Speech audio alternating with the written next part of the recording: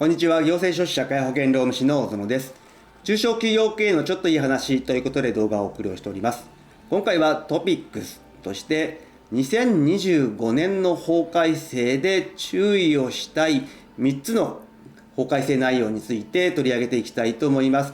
2025年も様々な法改正が予定をされておりますけれど、その中で企業経営、労務管理をする中で注意をしなければいけないなと考えている法改正が3つありますので、この3つについて特に取り上げて解説をしていきたいと思います。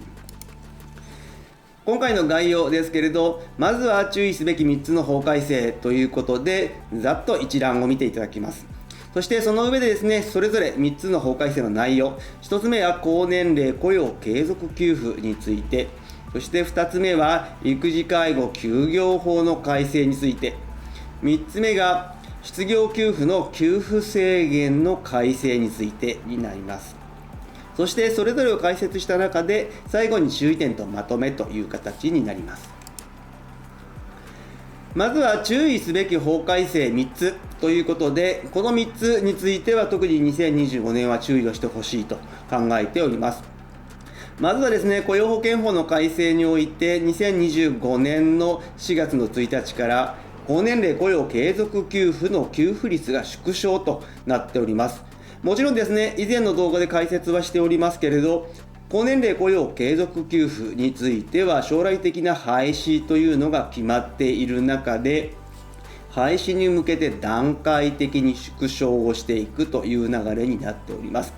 そして2025年4月1日からも給付率が引き下げという形になりますので注意が必要です。そして2つ目、育児介護休業法改正になります。ほぼ毎年改正になる育児介護休業法ですけれど、2025年は4月と10月で2段階で改正と、そして改正の内容、柱については3つになります。1つ目はこの年齢に応じた柔軟な働き方を実現するための措置の拡充。2つ目は育児休業の取得状況の公表義務の拡大。そして次世代育成支援対策の推進強化。3つ目は最近問題になっておりますけれど、介護離職防止のための仕事と介護の両立支援制度の強化という形になっておりまして、特に注意をしてほしいのが1番目のこの年齢に応じた柔軟な働き方の実現をするための措置というところになってきます。そして3つ目は雇用保険法の改正になりますけれど、会社を辞めた場合、自己都合退職の場合は失業保険、いわゆる失業給付というのを受給できますけれど、今現状は原則2ヶ月間の給付制限があるという形になっています。人によっては3ヶ月という方もいますけど、原則としては2ヶ月になっています。こちら2025年4月から給付制限が1ヶ月に短縮され、さらに教育訓練、受講することで即給付という形になりますので、退職を躊躇している方がすぐ退職の方に傾いていくというケースがありますので、非常に注意が必要。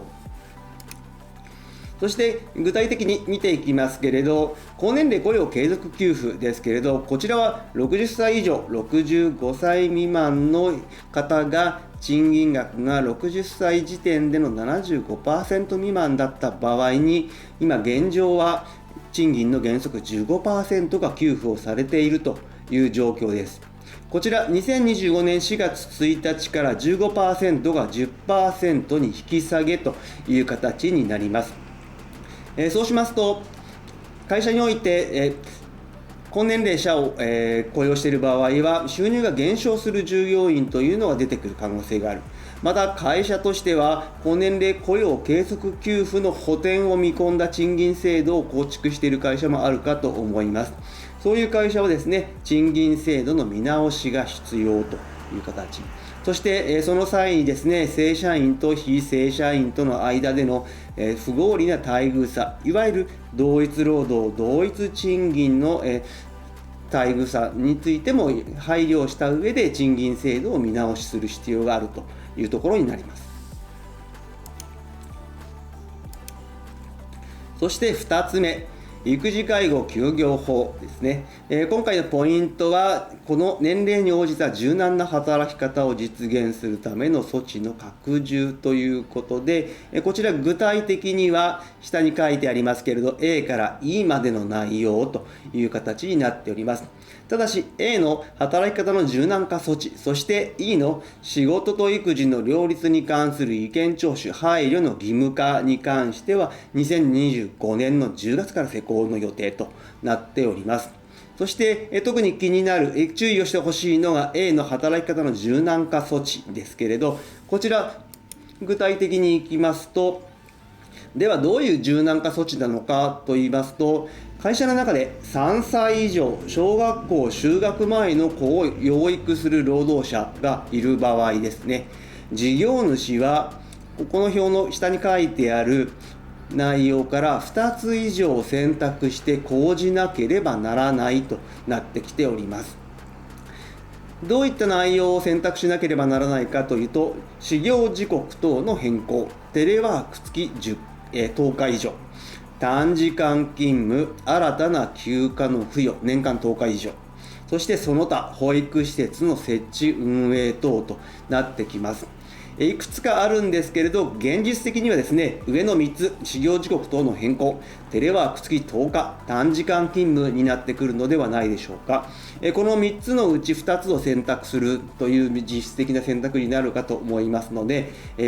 テレワークですね、ほぼ多くの会社では選択せざるを得ない状況になるかもしれませんので、テレワークの準備が必要という形になっております。やはりですね、今人手不足という状況になってきて、採用する上でもテレワークの実施の有無というのが非常に重要なポイントになってきますので、3歳以上小学校就学前の子どもを養育する労働者がいる場合はですね、これを機にテレワークの導入というのも検討してほしいと思います。そして3つ目ですね、失業給付の給付制限の短縮化という形になります。通常会社を離職をすると、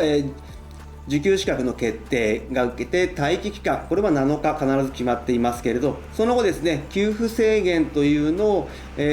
待ってから失業の認定で基本手当、いわゆる失業保険の受給という形になりますけれど、今現状は2ヶ月という形になっておりますが、改正によって1ヶ月になる。そしてさらに自ら教育訓練を行った場合は解除という形で即日支給という形になりますので、通常会社を辞めた後待機期間があって収入がないので、今会社を辞めるのどうしようかな、次の会社すぐ見つかってないという場合はどうやって生活をしていこうかなと考える方が多いので、今の会社の退職を躊躇するケースがあったかと思いますけれど、2025年の4月1日以降はですね、